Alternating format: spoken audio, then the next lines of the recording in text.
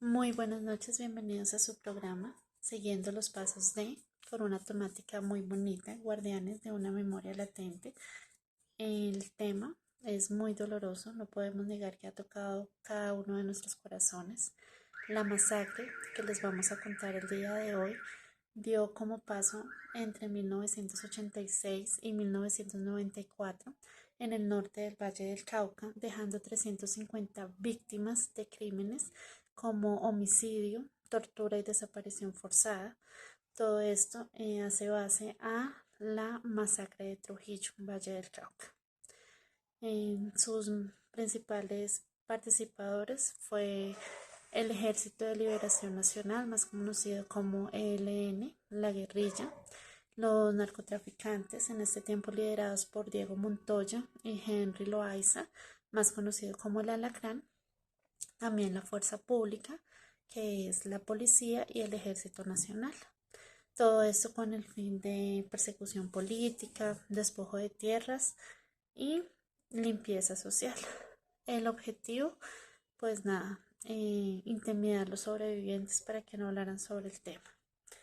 Todo, eh, todo esto, lo que hemos investigado, se dio porque la guerrilla estaba extorsionando a los narcotraficantes, los cuales, cansados de esto, hicieron una alianza con la fuerza pública. Aquí fue donde crecieron los paramilitares, los cuales ya no solo mataban guerrilleros, sino también se encargaban de matar y torturar de la manera más atroz a los campesinos, haciéndolos pasar como lo que hoy conocemos, falsos positivos ante el Estado, quedándose con sus tierras y dando paso a los corredores para exportar coca.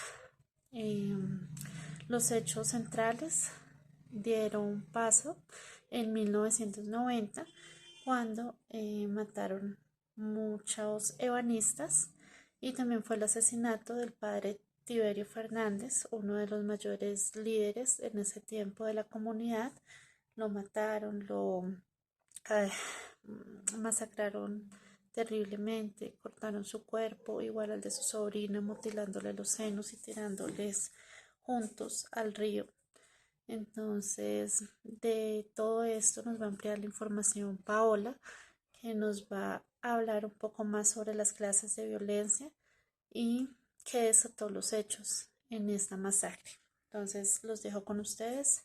Paola, adelante.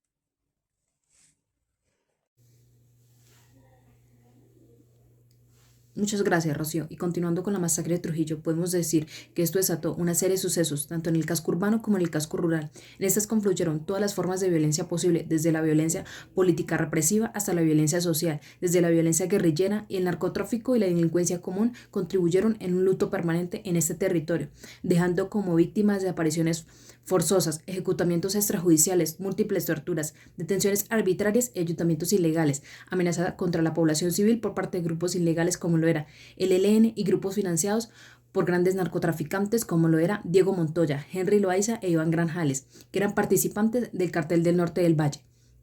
Por parte de agentes del Estado podemos decir que miembros de la Fuerza Militar, principalmente por la Tercera Brigada del Palacio de Buga y la Policía Nacional. Esto fue un objetivo. Este tuvo como objetivo amedrentar a la población civil, a la vez despojarlos de sus territorios, ya que esto era un corredor vital para el narcotráfico.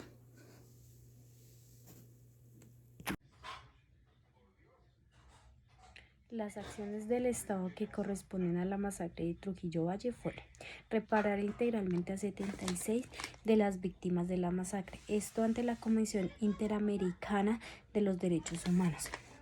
También se encargaron de juzgar y sancionar a los responsables de los hechos, entre ellos alias Don Diego, quien fue extraditado a los Estados Unidos, alias Alacrán, quien fue condenado en Colombia. A esto se le unen varios militares quienes fueron sentenciados por la justicia colombiana. Acciones de la comunidad. Al verse desprotegidos de Colombia y al ver cómo su familia corría peligro, decidieron pedir asilo político en otros países. Las personas que habitaban en Trujillo Valle no hablaban del tema ni denunciaban por temor a que les sucediera lo mismo que a las víctimas. En los últimos años se dio la creación al Parque de las Víctimas de Trujillo, donde sus familiares pudieron realizar escultura de su familiar asesinado o desaparecido. Y bueno, ya con esto le damos paso a nuestra compañera Damaris.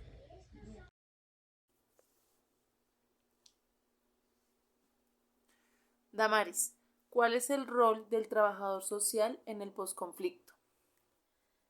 El rol de los trabajadores y las trabajadoras sociales en el posconflicto, especialmente en la tragedia de Trujillo Valle y las otras que se presentaron en el país o se siguen presentando, es que estamos llamados a ser agentes de cambio, a contribuir a que estas personas puedan rehacer sus vidas, a que puedan de alguna forma reconstruir sus territorios. Podemos decir que somos como unos puentes entre los acuerdos y los desacuerdos, entre las políticas públicas y el que se hagan realidad, entre comunidades y relaciones de las mismas, entre, que digo yo, que puede ser el camino y la paz. Los trabajadores sociales debemos ayudar a hacer incidencia para que puedan estas personas soltar y avanzar en, en, en el marco de todo lo que ellos llevan, en sus sentimientos y sus resentimientos. Podemos contribuir a que en un espacio de reconstrucción de memoria que viene a ser como revivir la historia, estas personas también puedan soltar y puedan avanzar. Ese duelo a unas personas les cuesta más que a otros y tenemos que ser conscientes de que esto va trascendiendo de generación en generación. En vano, Trujillo es un pueblo joven en Colombia relativamente, pero pues estamos llamados a que como trabajadores sociales ayudemos a que haya esa reconstrucción del tejido social.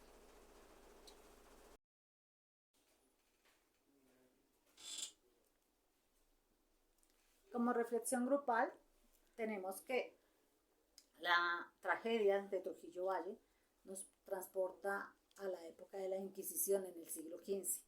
Fueron actos tan perversos los que sufrió el pueblo que solamente pueden ser comparados con esa época.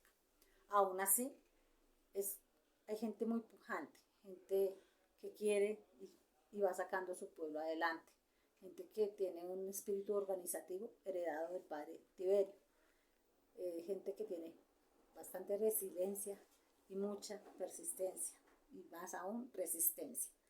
No en vano el joven Nicolás Guerrero muere en el estallido social del 2021, también dejando un espíritu de libertad hacia el pueblo donde nació. Los trabajadores sociales estamos llamados a reconstruir el tejido social en este pueblo.